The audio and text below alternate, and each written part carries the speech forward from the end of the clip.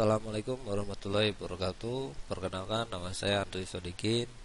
Di sini saya akan menjelaskan eh, cara menggunakan aplikasi nilai kurikulum 2013 revisi 2017. Pertama, kita buka filenya, eh, aplikasi nilainya. Aplikasi ini menggunakan Microsoft Excel yang menggunakan sistem Marco. Kita buka. Nah, bila mana Marco-nya berjalan, maka tampilannya seperti ini.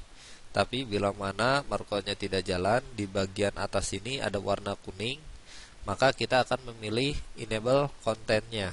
Nah, tetapi kalau ini kebetulan langsung berjalan, maka enable konten itu tidak perlu digunakan.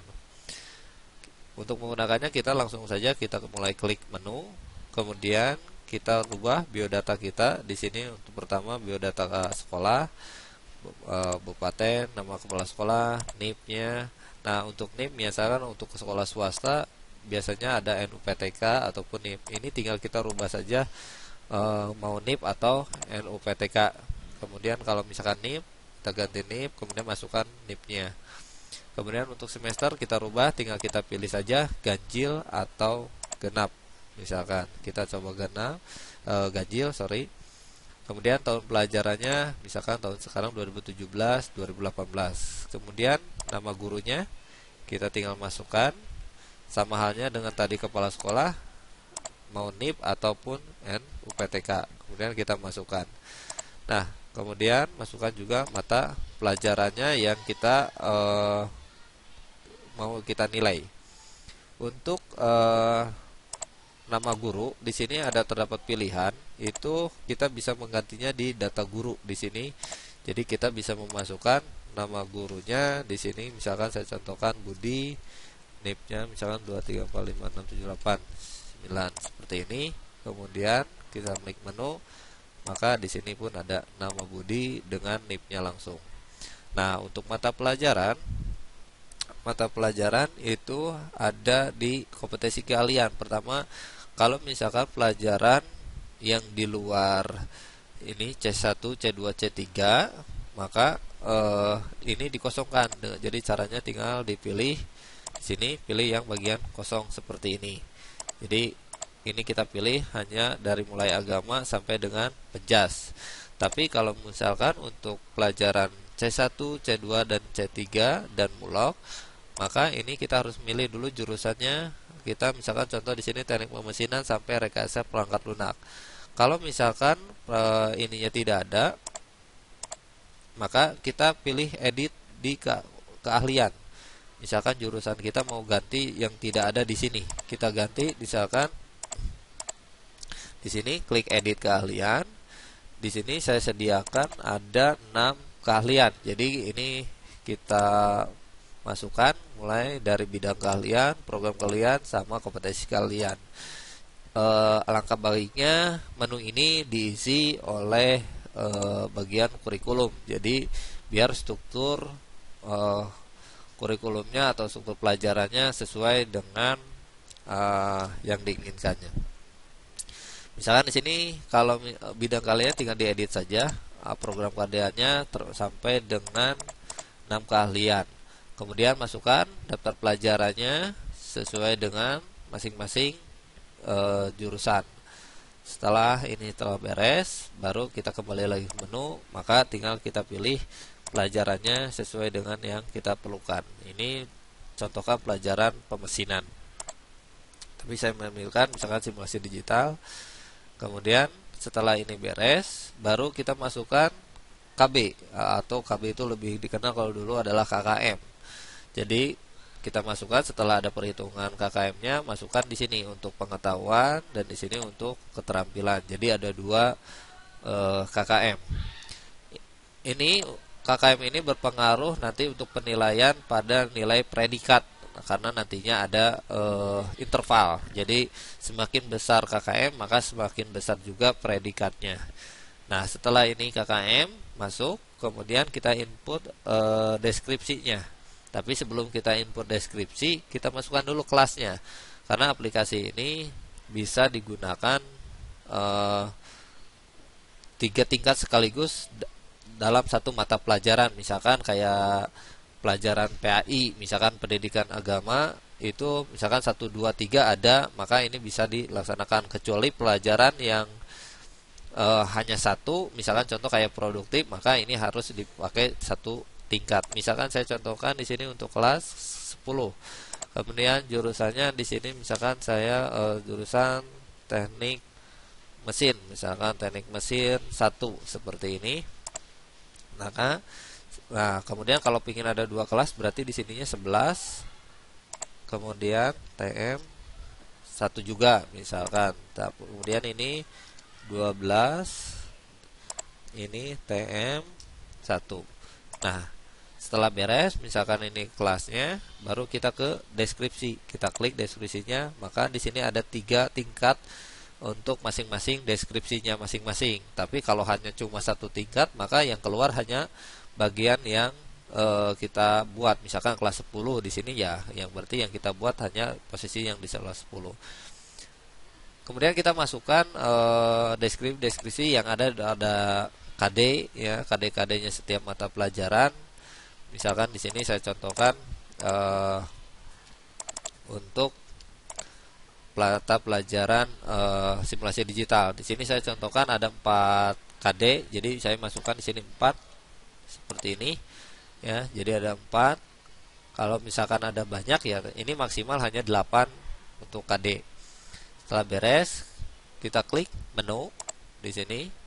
Kemudian baru kita melakukan input data untuk nama siswa, yaitu adanya di absen. Klik absen, maka tinggal masukkan absen di sini. Tinggal kita copy paste kita juga bisa ya, atau diketik langsung pun bisa. Untuk copy paste biar lebih pas untuk ke formatnya, jadi tinggal klik kanan, kemudian paste spesial, pilih yang value ya. Jadi kalau kita mengcopy, ibaratnya kalau ini saya nih paste yang value 1, 2, 3 yang seperti ini. Nah, setelah beres, maka ini contoh untuk absensinya.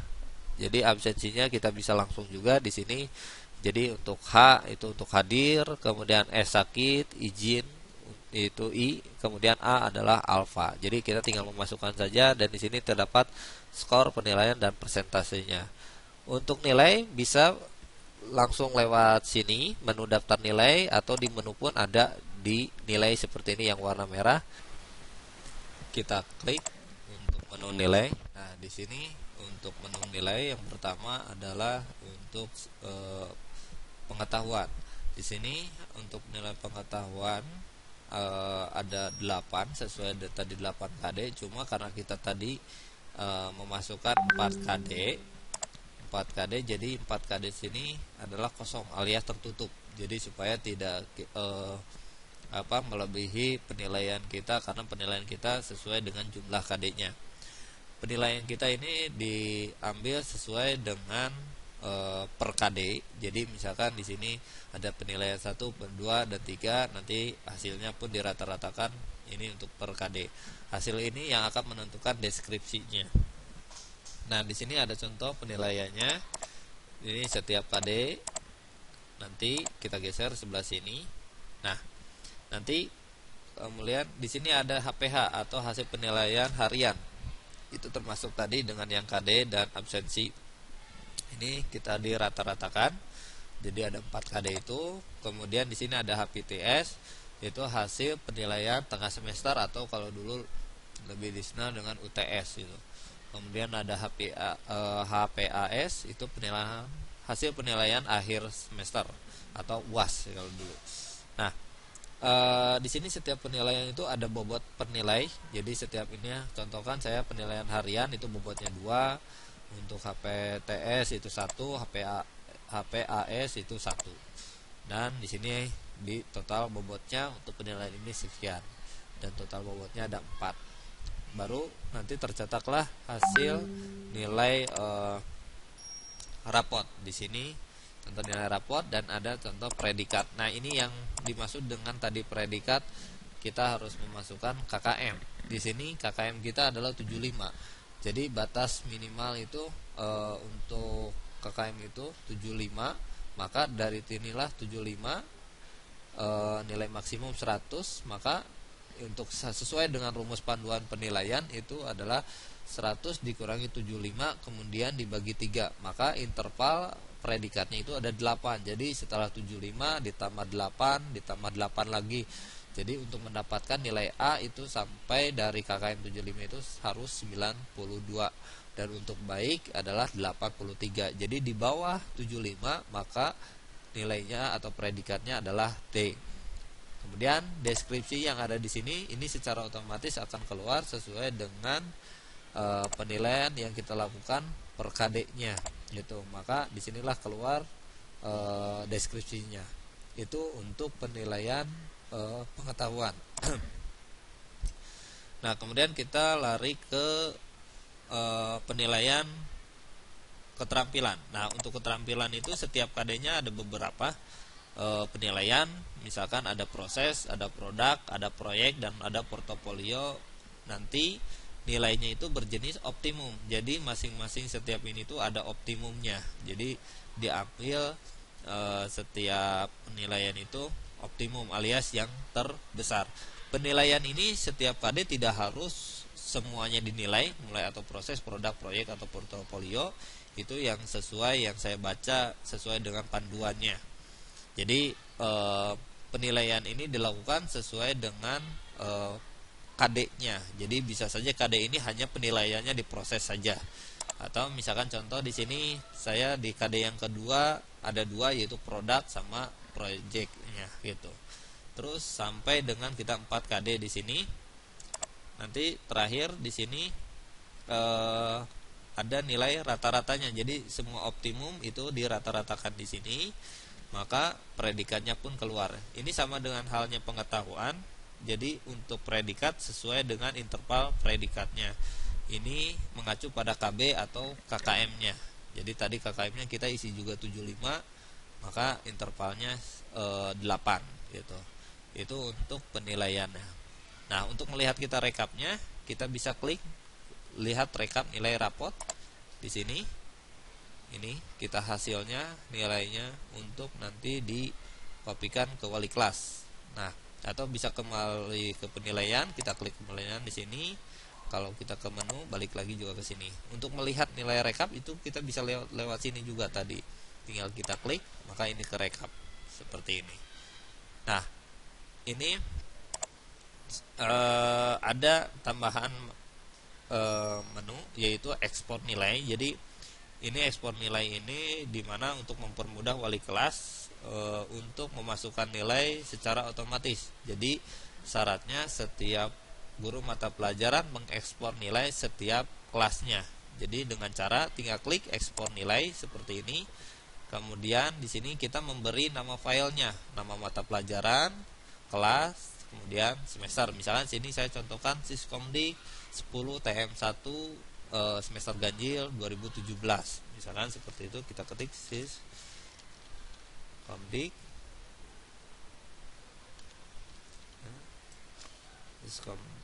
Siskomdik 10 TM1 ganjil 2017 seperti ini. Seperti ini. Kalau udah, tinggal klik OK. Data nilai sudah tersimpan. Klik OK. Data ekspor itu akan tersimpan di mana kita menyimpan file aplikasi ini. Kita buka Explorernya. Nah, ini nilai yang keluar atau kita ekspor dari aplikasi nilai ini. Nah, jadi wali kelas sesuai dengan kelasnya masing-masing bisa mengambil mata pelajarannya sesuai dengan kelasnya. Sampai di sini untuk penilaian aplikasi, penggunaan aplikasi nilai. Maka mohon maaf kalau masih banyak kekurangannya. Terima kasih. Wassalamualaikum warahmatullahi wabarakatuh.